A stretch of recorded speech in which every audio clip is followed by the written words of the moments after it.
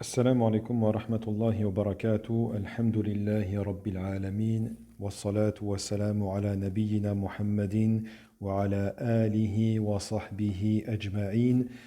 Donc, ici, nous débutons le second cours de la traduction audio de l'explication abrégée du livre de l'unicité du Cheikh Mohammed ibn Abdel Wahhab rahimahullah, faite et réalisée par son éminence le Cheikh Saleh al-Fawzan hafidahullah ta'ala. Donc on est toujours dans le chapitre de Wujub al-Tawhid wa ta'rifuhu, l'obligation d'observer le Tawhid ainsi que sa définition. Qu'est-ce que c'est que al-Tawhid? Tayyib. Wa qawlihi وَلَقَدْ بَعَثْنَا فِي كُلِّ أُمَّةٍ رَسُولًا أَنِ اعْبُدُوا اللَّهَ وَاجْتَنِبُوا الطَّاغُوتَ.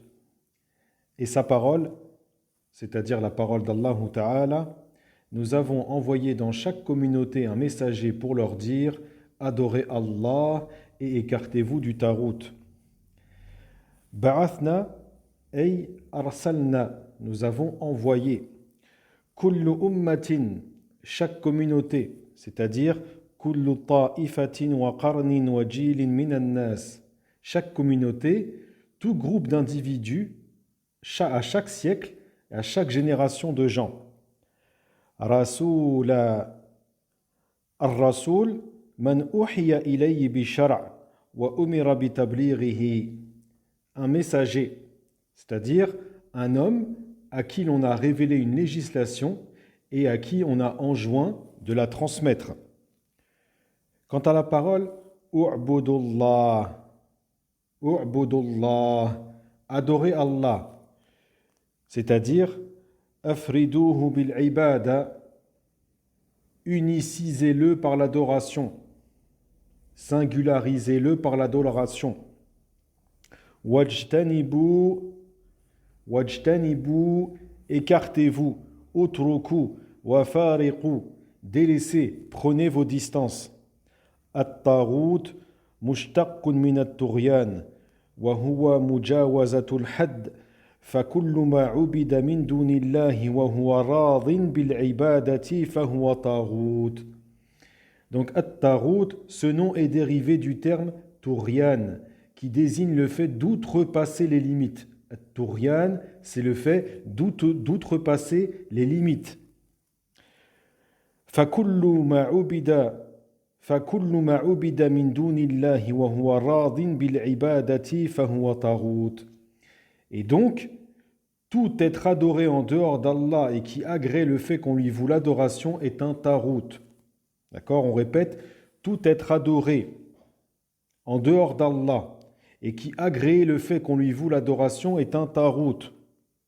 D'accord? Et pourquoi on précise ici, petite parenthèse, que ce n'est pas simplement tout être adoré en dehors d'Allah, mais il faut aussi, pour que cet individu soit qualifié ou cette chose soit qualifiée de tarout, il faut qu'elle agrée le fait qu'on lui voue l'adoration. Pourquoi on précise cela? Parce que comme vous le savez, on va citer l'exemple avec An-Nasara, les Nazaréens, les chrétiens, qui adorent Isa ibn Maryam, sallallahu alayhi wa sallam. Ils adorent Isa, wa ummahu Maryam. Simplement, est-ce que Isa, alayhi salam, a agréé le fait qu'on l'adore? Absolument pas. Absolument pas. Donc, on ne peut pas dire, wa hasha lillahi, on ne peut pas dire que Isa ibn Maryam est un tarout. Certes, il est adoré en dehors d'Allah, mais il n'a jamais appelé à ce qu'on lui voue l'adoration et en aucun cas il n'agrée le fait qu'on lui voue l'adoration à lui ou à sa mère Maryam, alayhi salam. Donc c'est pour ça que quand on parle ici du tarout, comme on a dit, c'est tout être adoré en dehors d'Allah et qui agrée le fait qu'on lui voue l'adoration. D'accord? C'est important cette précision, c'était une petite parenthèse. Le Cheikh Hafidahullah continue en disant wal ma'na al-ijmali lil-aya أن الله سبحانه يخبر أنه أرسل في كل طائفة وقرن من الناس رسولا يدعوهم إلى عبادة الله وحده وترك عبادة ما سوى فلم يزل يرسل الرسل إلى الناس بذلك منذ حدث الشرك في بني آدم في عهد نوح إلى أن ختمهم بمحمد. Donc qu'est-ce qu'il nous dit ensuite? Quant au sens général du verset, on répète le verset وَلَقَدْ بَعَثْنَا فِي كُلِّ أُمَّةٍ رَسُولًا أَنِ اعْبُدُوا اللَّهَ وَاجْتَنِبُوا الطَّاغُوتَ. Et nous avons envoyé dans chaque communauté un messager pour leur dire adorez Allah et écartez-vous du tarout. Donc, quant au sens global et général du verset, le cheikh nous dit Allah, gloire et pureté à lui, informe qu'il envoya à chaque groupe d'individus durant chaque siècle un messager les invitant à adorer Allah seul et à délaisser ce qu'ils adoraient en dehors de lui. D'accord? فَلَمْ يَزَلْ يُرْسِلُ الرُّسُلَ إِلَى النَّاسِ بِذَلِكَ مُنْذُ حَدَثَ الشِّرْكُ فِي بَنِي آدَمَ فِي عَهْدِ نُوحٍ إِلَى أَنْ خَاتَمَهُمْ بِمُحَمَّدٍ. Ensuite il dit Allah n'a cessé d'envoyer des messagers aux gens depuis que le polythéisme a fait son apparition chez les enfants d'Adam durant l'époque de Nuh alayhi salam, et ce jusqu'à clôturer l'envoi de messagers avec Muhammad sallallahu alayhi wa sallam, qui est bien entendu, comme vous le savez, Khatamun Nabiyyin, le sceau des prophètes.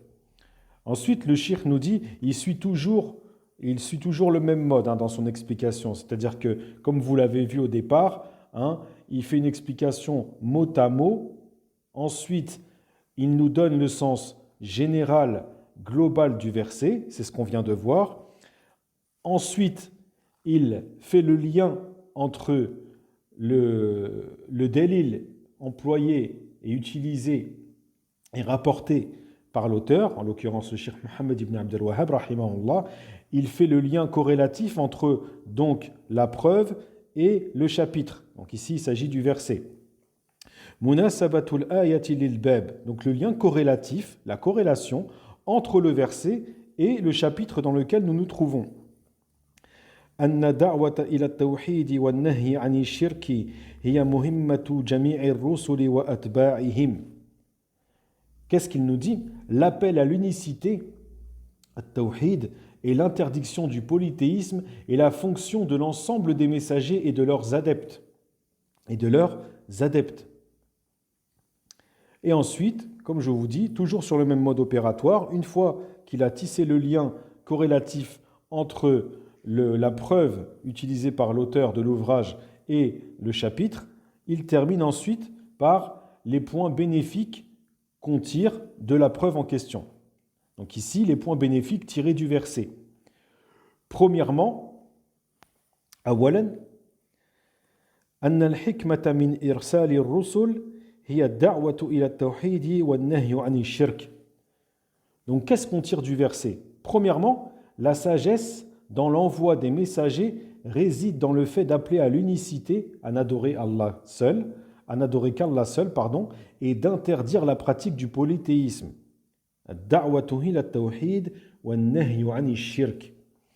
Deuxièmement, أن دين الأنبياء واحد وهو إخلاص العبادة لله وترك الشرك وإن اختلفت شرائعهم. D'accord, donc on répète. ثانيا أن دين الأنبياء واحد وهو إخلاص العبادة لله وترك الشرك وإن اختلفت شرائعهم. Ce qu'on tire comme point bénéfique du verset, deuxièmement, la religion des prophètes, alayhim salam, est une seule et même religion, celle consistant à ne vouer l'adoration qu'à Allah et à délaisser toute forme de polythéisme, même si leurs législations respectives diffèrent. D'accord? Ça c'est important. Mais dinul anbiya huwa dinul islam. Huwa din al-islam. ثالثا أن الرسالة عمت كل الأمم وقامت الحجة على كل العباد. Troisièmement, la messagerie a touché l'ensemble des communautés et ainsi l'argument irréfutable, al-hujja, a été établi à l'encontre de tous les serviteurs. وقامت الحجة على كل العباد. Comme il le dit Allah Azza wa Jal dans le verset, C'est pour ça qu'on tire ce point bénéfique et cet enseignement. وَلَقَدْ بَعَثْنَا فِي كُلِّ أُمَّةٍ رَسُولًا أَنْ يَعْبُدُوا اللَّهَ وَاجْتَنِبُوا الطَّاغُوتَ. Et nous avons envoyé dans chaque communauté un messager pour leur dire adorez Allah et écartez-vous du tarout. رابعا عظام شأن التوحيد وأنه واجب على جميع الأمم. Quatrièmement, la place ô combien éminente qu'occupe le tawhid, car il est un devoir à observer incombant à l'ensemble des communautés. وخامسا في الآية ما في لا إله إلا الله من النفي والإثبات فدلت على أنه لا يستقيم التوحيد إلا بهما جميعا وأن النفي المحض ليس بالتوحيد والإثبات المحض ليس بالتوحيد. Donc je répète parce qu'ici c'est très important le dernier point bénéfique à tirer du verset. في الآية ما في لا إله إلا الله من النفي والإثبات فدلت على أنه لا يستقيم التوحيد إلا بهما جميعا وأن النفي المحض ليس بالتوحيد والإثبات المحض ليس بالتوحيد. Cinquièmement, et dernier point bénéfique ici, le verset expose ce qui est voulu dans la parole, point de divinité digne d'être adoré si ce n'est Allah. La ilaha illallah. À savoir l'affirmation, al-ithbat, ainsi que la négation, wa-nafy. Ce qui prouve que le tawhid n'est correctement appliqué que si ces deux éléments sont réunis. Il faut impérativement les deux choses.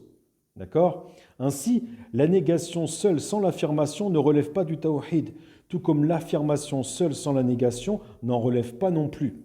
Si tu te contentes, qu'est-ce que ça veut dire ? Qu'est-ce que ça veut dire ? On explicite un petit peu plus.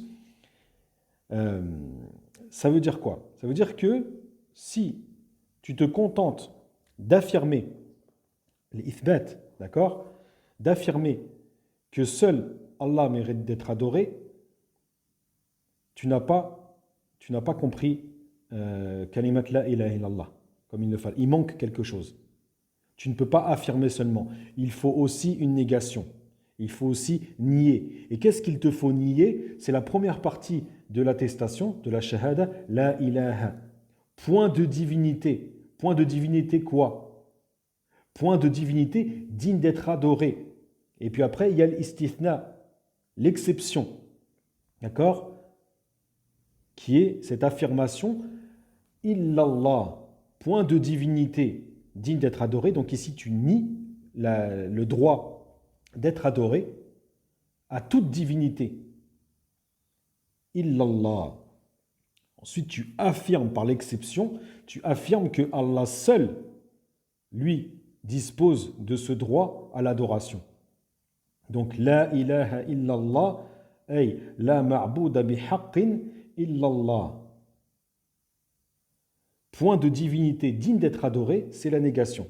Si ce n'est Allah, c'est l'affirmation. D'accord ? Et c'est pour ça que cette attestation de foi, cette shahada, repose sur ces deux piliers, que sont la négation et l'affirmation.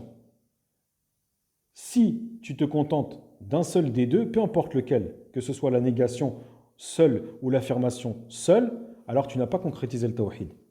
Et ce n'est pas le sens du tawhid ici. Il faut impérativement que ces deux éléments soient réunis. Taïb, on termine pour ici, Inch'Allah, pour ce second cours. Subhanakallahumma wa bihamdik, ashhadu an la ilaha illa ant, astaghfiruka wa atubu ilayk, wassalamu alaikum wa rahmatullahi wa barakatuh.